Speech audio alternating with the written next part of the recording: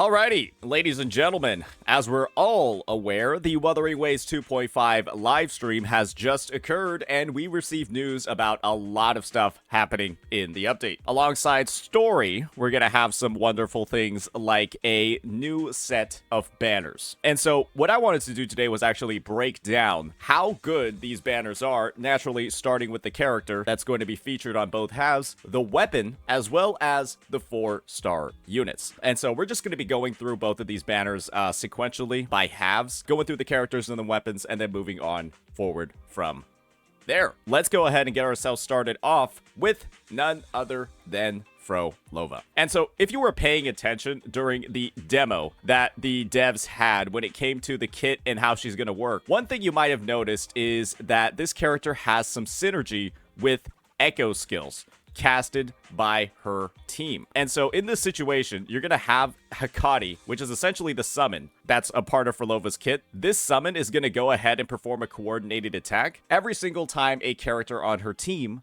performs an echo skill. And so that's why Cantarella was actually one of the main units featured with her for a simple reason. If you just go ahead and you take a look at the kit of a character like Cantarella, you would notice, yeah, there's a lot of that echo skill synergy. You know, she has at least 3 abilities in her kit that are considered echo skills. You got this bad boy over here, Perception Drain, and I do believe you also got one of her enhanced skills, Flickering Reverie, which is also available in Mirage, and then you also got her Resonance Liberation as a whole. And yeah, that was also considered an echo skill. So that's 3 separate triggers that are already going to be built into Cantarella's kit. And when it comes to Roccia, who is the other member of that Triple Havoc team, well, Rocia's magical box is, well, also considered an echo skill. So that leaves 4 for some of the potential teammates that Phrolova is pretty much, I mean, at this point, it's pretty much confirmed that those are going to be the ones that she's going to work the best with in mind as you're going throughout her kit. And so the value of Phrolova when it comes to her overall meta strength and how powerful she's going to be and how much she's going to be able to make use of her kit mechanics is going to be dependent on whether or not you have these characters. And so I'm pretty sure she's going to function just fine in like a Shorekeeper team, you know, another perhaps a 4-star unit that also works with her damage type, probably like a Dan Jin or maybe like a Tao Chi or something like that. But at the end of the day, your best overall performance and the highest level of performance is going to be if you already have one of these 2 characters ready to go. Do keep that in mind. So that's what I would say just in terms of her power right now, just based off of the limited information that we do have. I'm not going to get into things too specific regarding her kit. We're going to wait for some more future information on that. So that's going to be Phrolova's strength. When it comes to the 4 stars that are going to be on this half, well, they're kind of bad. They are, in a lot of ways, possibly the worst 4-star characters in the game. You're going to have your Tao Chi over here, your Lumi, and your Yan Wu. If you're familiar with how Tao Chi and Lumi work, they both actually buff resonance skill damage. And the main issues that both of the characters have is that Tao Chi has one of the slowest rotations on the planet, constantly wants intro skills to be able to actually generate her concerto, and she doesn't really do that much damage. In exchange for having a slow concerto and not really dealing damage, she actually provides a lot of damage reduction, where she can make your team one of the tankiest ones that's ever walked the earth, or really Solaris 3 in this situation, and she provides quite a bit of shielding as well. So there's damage reduction and survivability. The issue with Lumi is that she also has an outro skill that buffs resonance skill damage, that same 38%, but hers only lasts 10 seconds. So she's literally 4 seconds shorter than every other outro skill in the game, and unfortunately, the design of her kit and her overall damage doesn't warrant an outro skill that's this short. And so she just at like a kit baseline is like a bit of a weaker character just from the buffs that she's able to provide, because 4 seconds of damage amp is kind of a long time. And the end result is her DPS that she's oftentimes paired with ends up losing a lot of damage on their rotation just from her being on the field. However, Lumi does have a bit of a bonus when you do get her to S6. She actually has a very nice buff of 20% attack to the entire team when she casts her Liberation when she is at S6. So this is one of the stronger ones in the game. And so you might be able to find some decent use cases for her if you do end up getting dupes. Tao Chi, on the other hand, unfortunately, doesn't really have that. She has a personal damage boost at S6, and she doesn't really do that much personal damage. And so her dupes aren't particularly that helpful unfortunately. You kind of just use her for her baseline kit. You don't really use her for her cop. Now, let's talk about the issue when it comes to the 4 stars on this banner. And that's going to be Yan Wu. This guy is kind of bad. He's kind of, I think, potentially one of the worst characters in the game, but he has a little bit of a use case with Jinxie. Unfortunately, guys, well, Jinxie's not the character that's on banner. And so if you're pulling for Phrolova, who's, I don't imagine she's going to have much synergy with him because he doesn't have echo skills, this guy is not really that great. He has one decent node where at S4, he goes ahead and provides a shield for 10 seconds after using his liberation. But everything beyond that is kind of not that helpful because this character does no damage and there's not really any buffs at all that you get out of it other than increasing your survivability and your defense. So you're not really benefiting a lot from getting additional copies of this character. I would say as a whole on this banner, 2 characters are kind of like duds. Lumi might have some potential, but she's just not that great of a character in the first place. And you could widely consider these to be some of the worst 4-star units in the game, if we're frankly being honest, with some very, very limited or in some cases, no actual use cases compared to other characters. So do keep that in mind. Pulling for Phrolova is going to be, you kind of just want the unit, and I hope that you already have these units at S6 so that when you pull copies of them, instead of getting the unit, you're getting corals, which you'll be able to, you know, spend on that after pull currency shop. Yeah, you get more corals if the character's already maxed out. So I hope that's the case for you. Now, let's move on to our next banner. And that one's going to be Roccia with the same exact 4 stars. So we won't be going over the 4 stars. We'll just be talking about the value of this character. And I'm going to be honest, Roccia is currently one of the, I would say, least valuable characters in the game. From the perspective of her main purpose is to be like a quality of life boost on your account in exploration and trivialize Wuthering Wastes when Wuthering Wastes is already a game mode that's not particularly difficult. And so she found a lot of use cases during the first Wiwa reset where her ability to summon grouping and the massive amount of built-in grouping in her kit made it very easy for you to clear the game mode even when it was at a high difficulty. But when Wiwa got tuned down, the value of this character really got tuned down as well, because she's incredibly hard to build. You need to do something crazy like have 70% crit rate at base for you to get the full bonus of her 200 attack buff. And this is how difficult she is to build, ladies and gentlemen. You see my Roccia over here has 73.4% crit rate and 128% ER. You want at least 130% on this character for her to have smooth rotations, and you want 70% crit rate as well so that you can go ahead and actually apply that 200 attack buff to your team. And this is what it takes to have stats like that. Let's just take a look over here. This piece is okay. ER and 6.9% crit rate. Probably my worst piece. Then we got a 10.5 crit rate. A 9.3. A 9.3 with ER. Oh, and there's ER on this piece as well. My apologies. And then a 8.1. No ER. And this character is literally one of the hardest ones to build in the game, to be able to max out her crit stats, to apply the buff, and then also have enough ER to consistently perform her rotation every single rotation. Because otherwise, if you're not at 130, you will fall short and have to like spam some basics on her, which feels nuts, to be honest, to be able to actually cast her liberation. The other thing about this character is that, well, they are one of the most interruptible in the game. I might just need to like demonstrate to you exactly what I'm talking about here, but playing Roccia can in a lot of ways be one of the most frustrating experiences you can have possible, because this unit almost seems to be allergic to being able to perform her combos, because one light tap in mid-air during your 3 bounces and you will essentially be forced to get close to restarting your entire rotation. And I'll just show you like how simple she is to interrupt.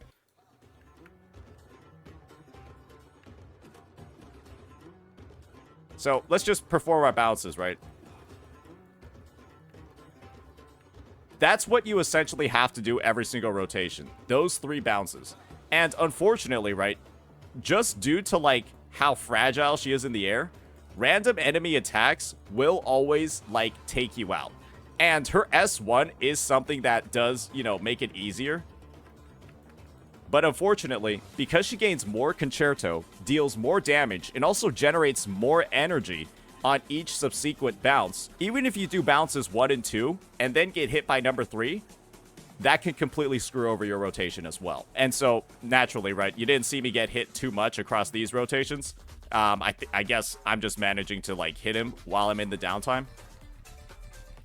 But the interruption happens a lot more frequently than you might imagine. And that's why a lot of people don't actually like using her in the TOA, and they prefer using a character like Sanhua instead.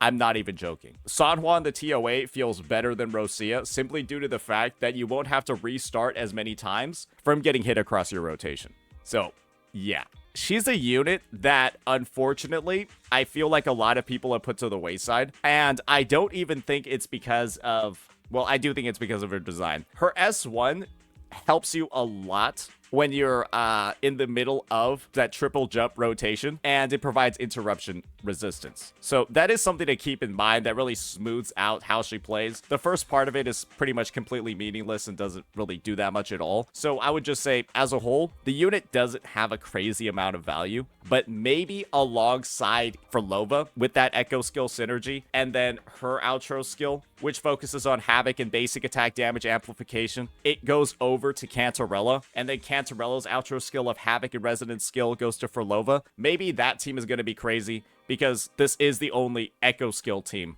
in the game, where 1 comes from Roccia, and then 3 are going to come from Cantarella. So I would just wait and see. You do have the potential to actually pick up the entire team during this patch, because Cantarella is going to be on the second half. So I would say, if you are looking to build Phrolova's best team, wait and see to see what the verdict is if you don't have Roccia. If you do have her, well, there's not really too much you can lose already because you have Roccia on your account. And so Phrolova might just be the pickup, and then you go for Cantarella on the other side. And if you already have both of them, then, I mean, at that point, if you have Cantarella and Roccia on your account, I think you should just pick up Phrolova just because at that point. All right, so that's going to be that for the overview of the 2 character units on the first half. Now let's take a look at the weapon. And of course, right, we can't really talk about the weapon over here because we don't have details on Lethian Elegy just yet. So we'll look at Tragic Comedy instead. This weapon over here is, in my opinion, one of the worst ones in the game still. It has one other user who is Zani, because what this weapon does at a baseline is it increases your heavy attack damage, which is Roccia's damage type, and also gives you an attack bonus of 12%. Every single time you cast a basic or intro skill, you gain that damage bonus for 3 seconds. And Roccia's bounces all count as casting a basic attack, and all of Zani's swings during her Blaze form state in her Liberation, all of those swings also count as basic attacks. So the situation kind of is, you use this weapon on Roccia, or you use this weapon on Zani. But chances are, you probably got Zani's signature if you pulled her. So this weapon is kind of like, it's got 2 users. And if your Zani and Roccia both don't have a weapon, then maybe it's a good pickup. But otherwise, this thing is mainly just a critical rate stat stick. And the thing is, Roccia's damage, even with this thing, is not particularly impressive. She has this very, very big 48% attack, heavy attack damage bonus, but she doesn't do that much damage in the first place. And so her with and without this weapon, the difference between the two isn't that high. And so if you already have a signature like Zhangli Yao's, it might not even be worth picking up her weapon, because I've tried out teams with her on Verity's handle instead, which goes ahead and provides the same exact crit rate stat, but then a bunch of different damage bonuses, one of which includes Liberation, which Roccia doesn't actually deal. And the difference between the teams it's not that crazy. And so I would just say this is probably one of the lowest priority weapons you can have on any banner ever. And the thing is, the 4-star weapons that are attached alongside it are also dog shit. So pulling on this banner is like a double L from pretty much every single degree possible. You get a low quality weapon that's not usable on very many members of the roster, and on the one it is a signature for, it doesn't really improve the team's DPS that much. And then you got Celestial Spiral. This 4-star sword is just bad. I think it's like Lunar something. Lunar Cleaver, maybe. And then you got Jinzhou Keeper. And I have a copy of all of those weapons. We can break down just how dog shit they are. Where's Celestial Spiral? Here we go. This is the first weapon that's going to be on banner. This one gives you 6 resonance energy and increases attack by 10%. If you're on a character that has like ER issues, that's also a gauntlet user and wants attack, it's somewhat usable. But at the end of the day, you're not really going to use this on anybody. Maybe you could potentially use it on Roccia if you're like stacking crit rate on her. But at that point, it's like you might as well just use the BP weapon instead. Or just use literally any other one that's like an ER substat or something, because she's clearly not meant to deal damage with a 4-star at that point. It's just not really a weapon that most people find use cases on for any character, and it could really just be a waste of resources to even level it up in the first place. Then you're going to have Jinjo Keeper, which is literally just an attack stat stick that is outperformed by almost every other option in the game. It gives attack and HP, which is a stat profile that no character uses both stats of. So it's just, I don't think it's a high quality weapon. And then you got its Lunar Cutter.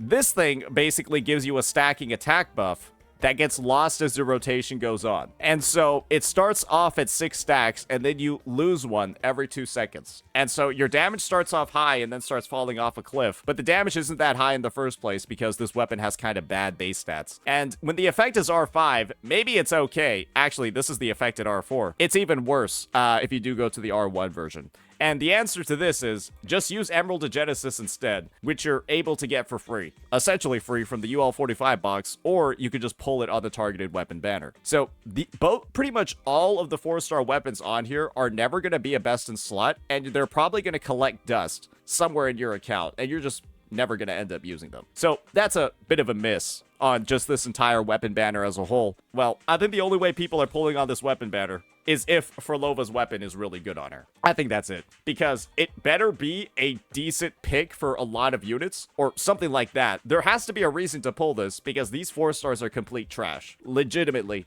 complete dog shit. So that'll be that for this. Now let's move on to the second half units. And the first one is going to be, of course, good ol' Brant. This is my take on Brant's value and Brant just being pulled, or Brant just being available as a character over here. If you're somebody that pulled Lupa, Brant should, without a doubt, be like a must-pull target on your account. If you have this unit, you should be pulling Brant, because having Brant makes this unit so much better. Because a lot of people think that Chang Li is actually the character that makes Lupa work. It's actually Brant. Because Brant fulfills the sustain role on the fusion team while also having meaningful damage. And so the core of the fusion team is actually these two units, the mono fusion team. And Chang Li is actually the one that gets subbed out. Because of course, right, if you want to activate Lupa's full bonuses, like her massive fusion resistance, her 20% fusion damage bonus, and of course, make full use of her set that provides fusion damage to the team, you need to have 3 fusion characters. And Brant's the only sustain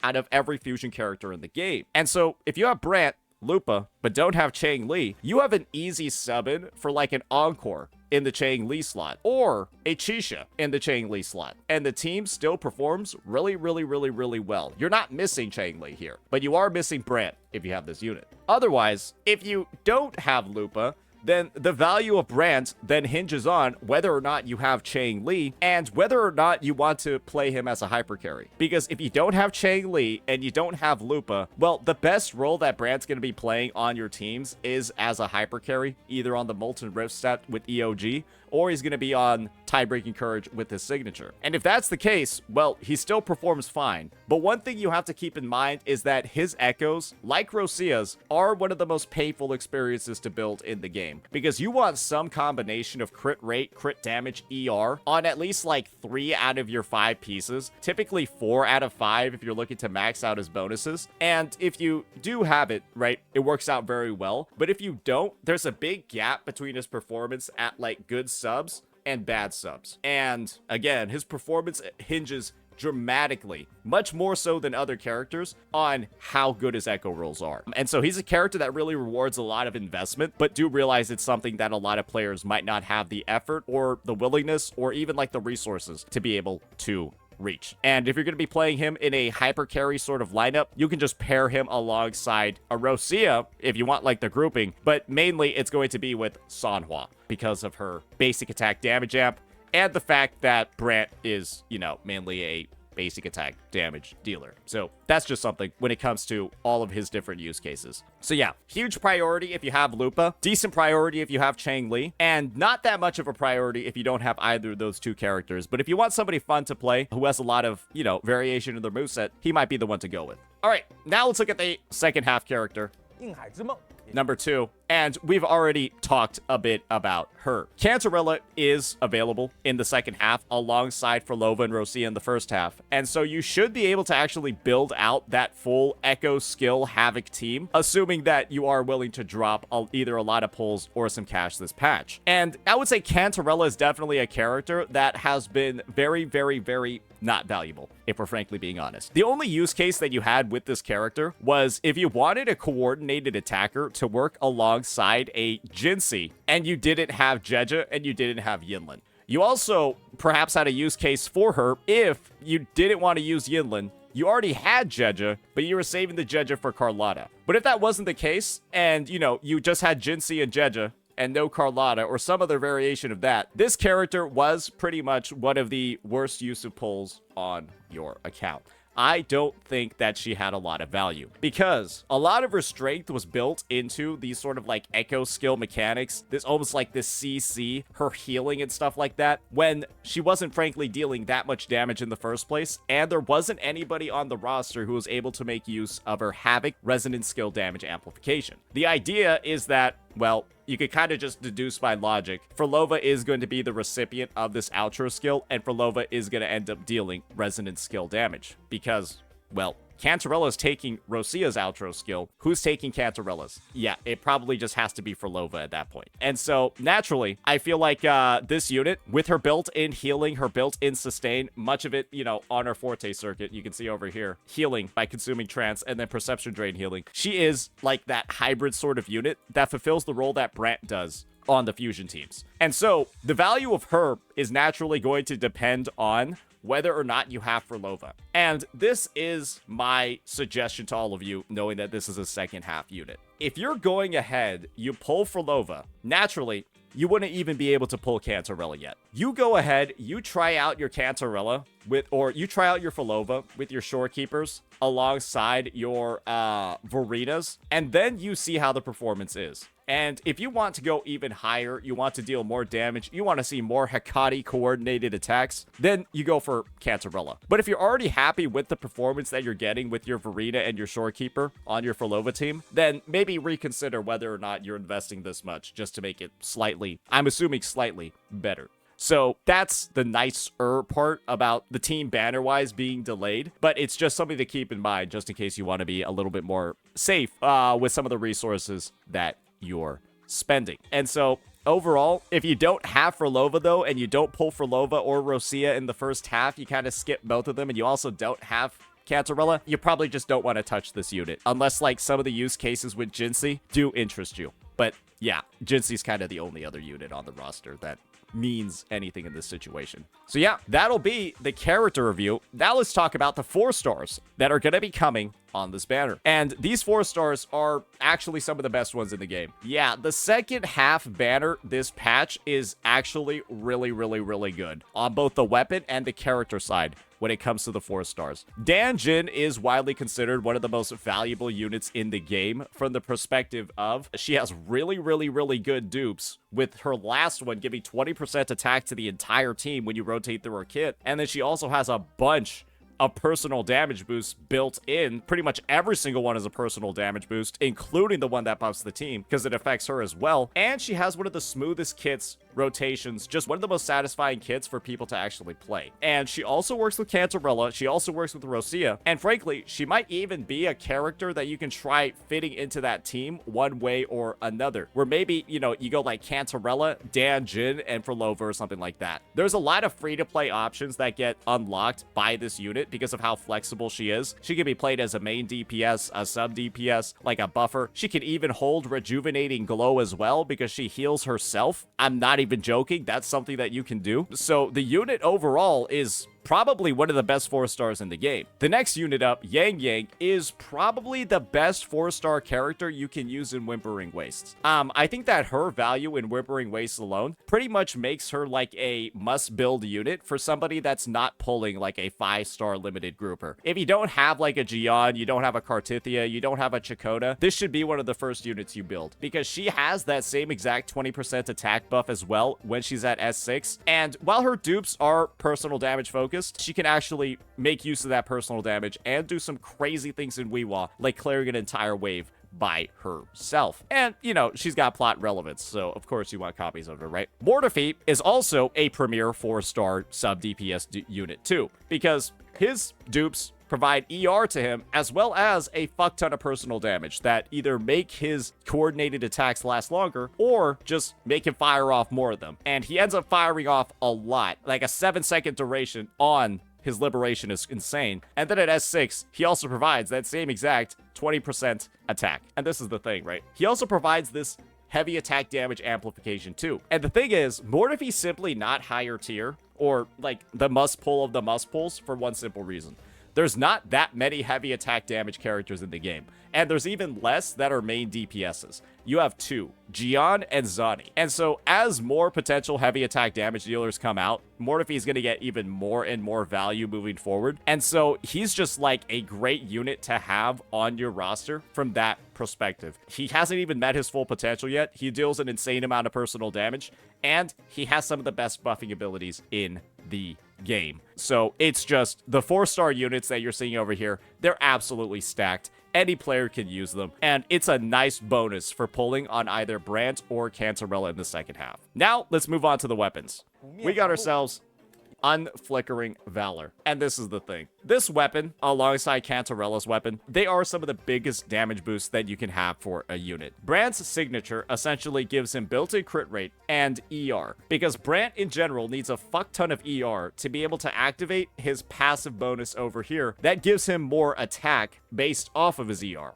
His sustain also scales with the amount of ER he has. And so you're probably beginning to see why this is so important if you want Brant to be able to play the sustain role and not just be a hyper carry. This weapon makes him a lot easier to build, and it still gives a pretty decent attack or pretty decent damage bonus of 48%. Not as long as other units. It's not as available. It has lower uptime, but it also has that built-in 8% crit. Alongside that, of course, very, very damaging ER stat. If you want Brant to be at his highest potential, you want to get his weapon. And when he does have his weapon, and he's in the fusion team, and all the stars align, and all the resources are there, he is one of the strongest units in the game, bar none. And if you don't have his weapon, and you're using something like Overture or EOG, he still functions fine, he just does less damage and typically has less healing. So it's like a trade-off over here. Do you want to hyper invest in a character? It's very similar sort of conversation you'll be having with most DPSs and their weapon. But if you want to view it from like a value perspective, Roccia with and without her weapon is not that different of a unit. Brant with and without his weapon is kind of a lot more different as a unit, and you can play him in more ways. And so it's like based off of his stats, he gets a lot more use cases. He becomes easier to build. And once there are more ER weapons available in the game, that should change. But unfortunately, the roster of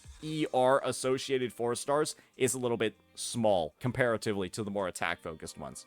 And so maybe his signature situation is going to get different in the future. But my professional recommendation is if you want Brant, his signature is always a solid pickup on the side. And the thing is, well, if you were going to pick up Brant's signature, this is the best time to do it. We'll talk about Cantarella's in a second, because I got to talk about the 4-star weapons on this banner. There are 2 amazing ones. Forget about this gun. Pretend this gun isn't there. This banner would have been better if they only had these 2, because that is Variation and Overture. And these are quite possibly the best weapons in the game, because what this weapon does is it provides Concerto energy. And what Concerto energy does is it makes your rotation faster. And Variation is a rectifier weapon, which is typically used by supports like your Shorekeeper or your Baizha or your Varina. And the shorter your support's rotation is, the more damage your team does. Overture does the same exact thing, but it's for swords. And one thing amazing about Overture is how it can literally shorten some characters' rotation to the point where it's basically instantaneous. And this is probably the best use case that I can show for both of these weapons. I'm going to show you a team where I have my Shorekeeper and I also have my Sanhua. And both of these units have so much smoothness added to their kits based off of whether or not you have concerto granting weapons like those available to you. So let's just go ahead. We're going to run our Camellia Shorekeeper Sanhua team and show you all how it's done. This is how short a Shorekeeper rotation can get. I'm already filled. Yeah, Shorekeeper with variation at R5, that's how short her rotation can literally be. It almost took me like, it was almost shorter than Verina's, frankly. And this is how fast a Sanhua rotation is with Overture. Shackles be gone. We're filled. That is the power of those two weapons. And if you combine them together, this is what you can end up with.